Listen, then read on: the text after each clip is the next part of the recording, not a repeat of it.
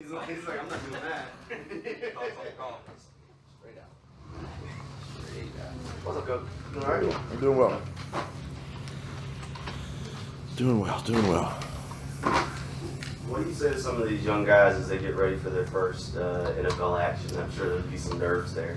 Yeah, I mean, it just tell them to enjoy it, absorb, take in everything. Obviously, first time for all these guys to play, in an NFL football game, and it's exciting for them. But at the same time, I want them to, go out and play well, calm their minds, but at the same time, have fun, enjoy it.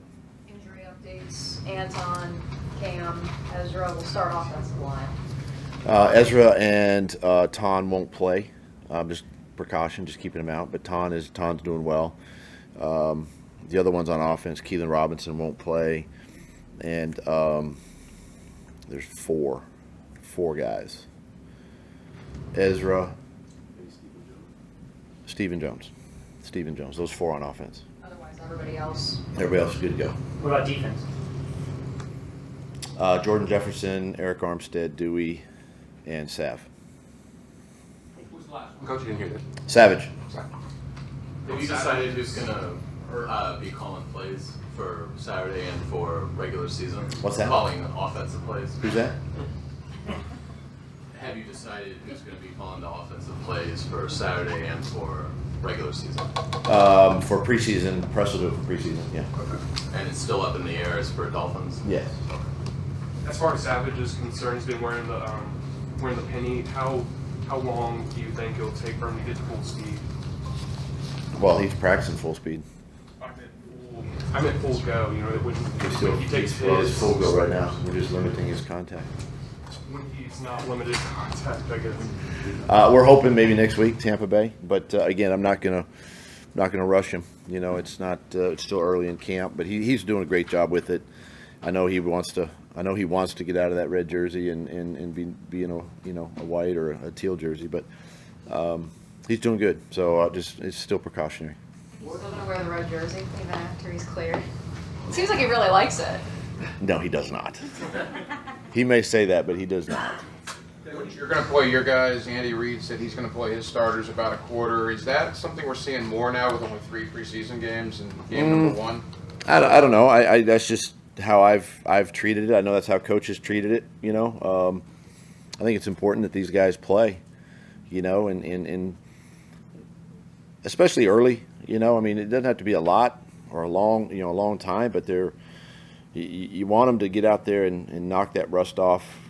Get that game feel, play against starters, and go execute. And like I said, it's not long, but it's good for those guys to get out there and do that. Because how long the starting offense plays depends on how well they do. Like, if they go down and score first drive. It's possible, yeah, it's possible. Yeah. There's no set number, no.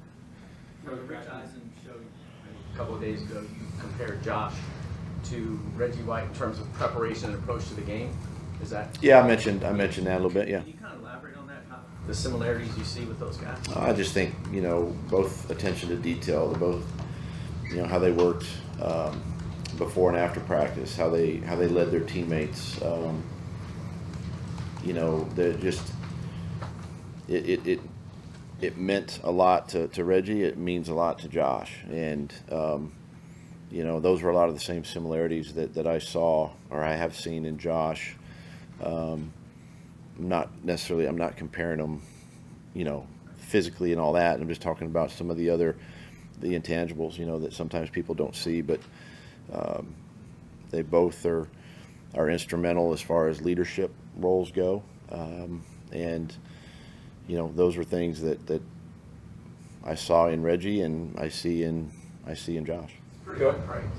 Yeah, I mean, it's but that's if you want to be a Hall of Famer as a player, I mean, I think you have to be, you want to aspire to be like that, and you got to have these types of role models and people that you look up to and pattern their career after and things like that, and I think that's something that Josh aspires to do. Back when you were playing, I'm sure you played your share of off-season golf with teammates.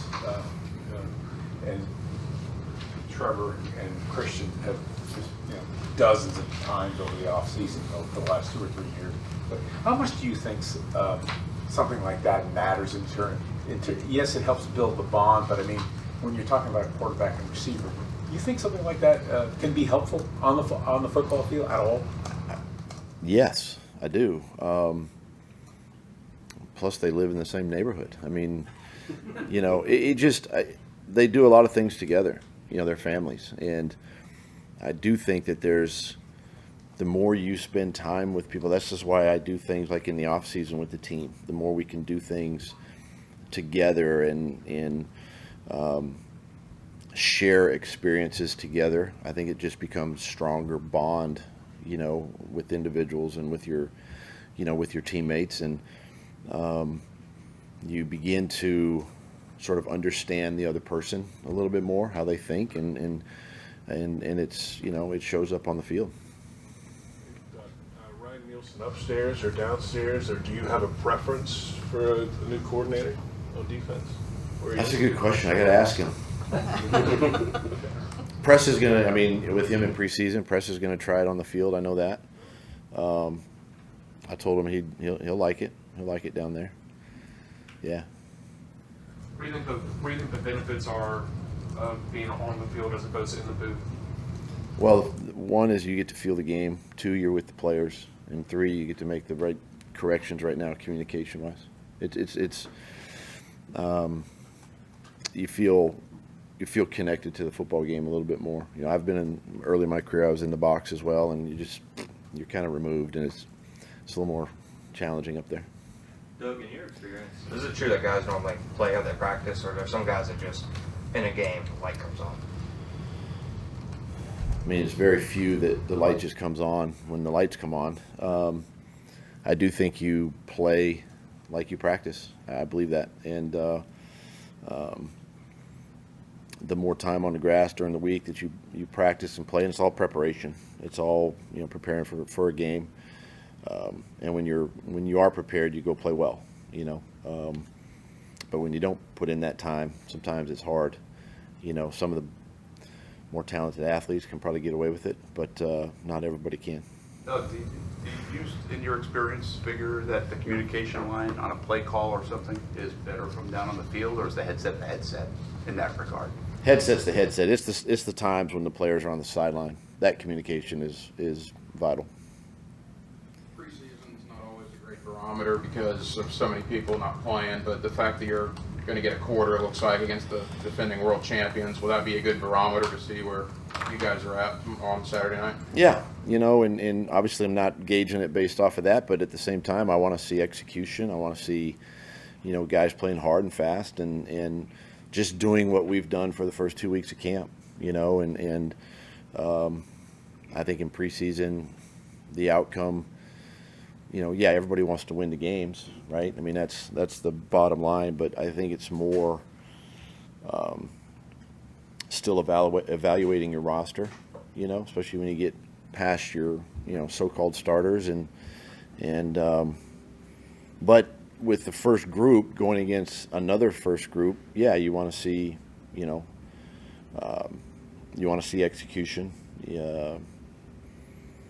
Very, very few mistakes, MAs, because you're running your training camp plays, and so things things can be some, and again, you're not game planning anybody, so just going out and doing your job. Not much gain from kickoffs in the Hall of Fame game. Will you guys be the first team to show your hand a little bit and what you're gonna do kickoff wise?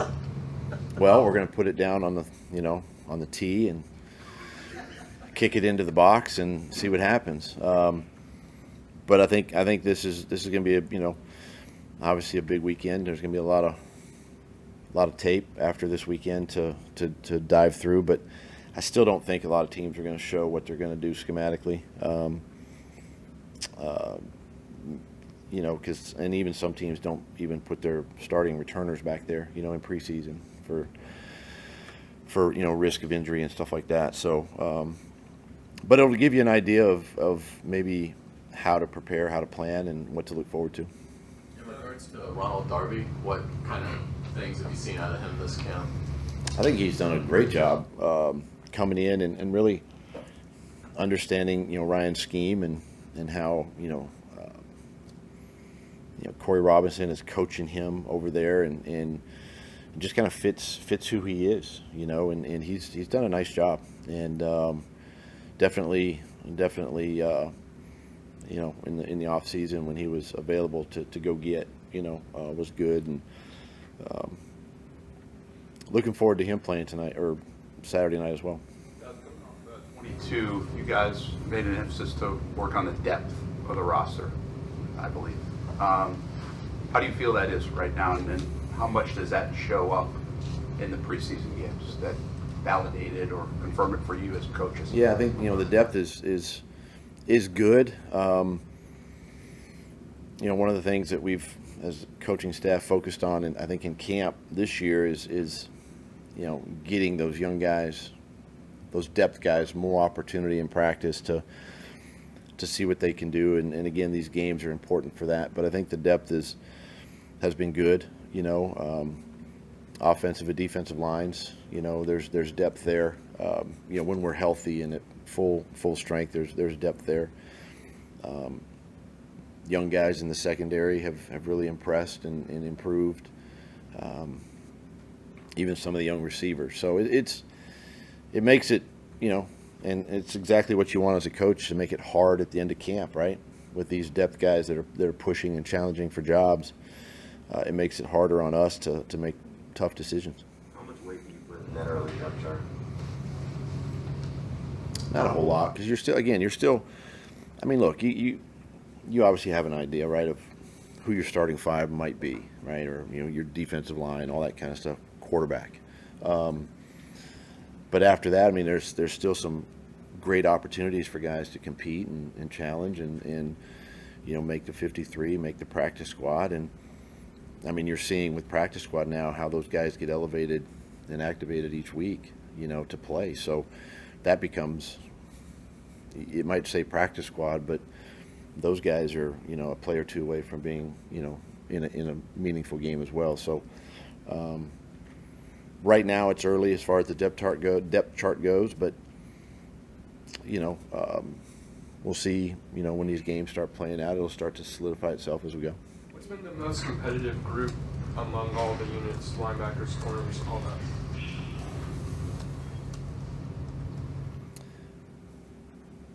I mean, the D line's been real competitive amongst themselves, real competitive.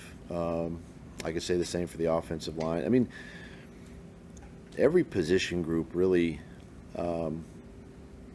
has challenged themselves, and the coaches have done a great job of creating that competition, amongst the groups. And then when we go offense versus defense, you're seeing some of that, transpire in practice, and that's encouraging, because that goes to the roster, the depth question, and being able to fill in that bottom third, let's say, of your roster. Is there any difference Give process-wise? us an update to Sean Dixon and the injury. Do we have any sort of Yeah, timetable? he's ACL. He's done. Yeah, unfortunately. Yeah. So you guys are going to try to IR? Yeah, we'll make a decision, and we'll have to fill that spot. Yeah, he was having a good camp too. It's unfortunate. Hate it for him.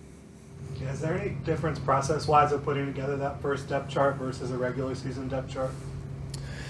No, I mean, you're dealing with 90 guys, and you try to get everybody in the game. You just happen to have, you can only put 11 out there at one time. But again, as we get further into this game, that's when we start rolling players in and getting them in, and want to give everybody an opportunity to play. How do you manage the game reps for Mac and CJ, since you can't really control the situations? Yeah, no, you can't.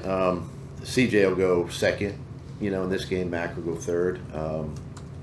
Again, you're hoping that each one, if CJ's at the end of the first half, obviously he gets maybe a 2-minute drive. Mac maybe at the end of the game, or a 4-minute drive thing. Some of the things we've worked on in practice, but you can't control it, as much. But that's going to be the rotation for this game. Thanks, Coach. Thanks, Doug. Appreciate it.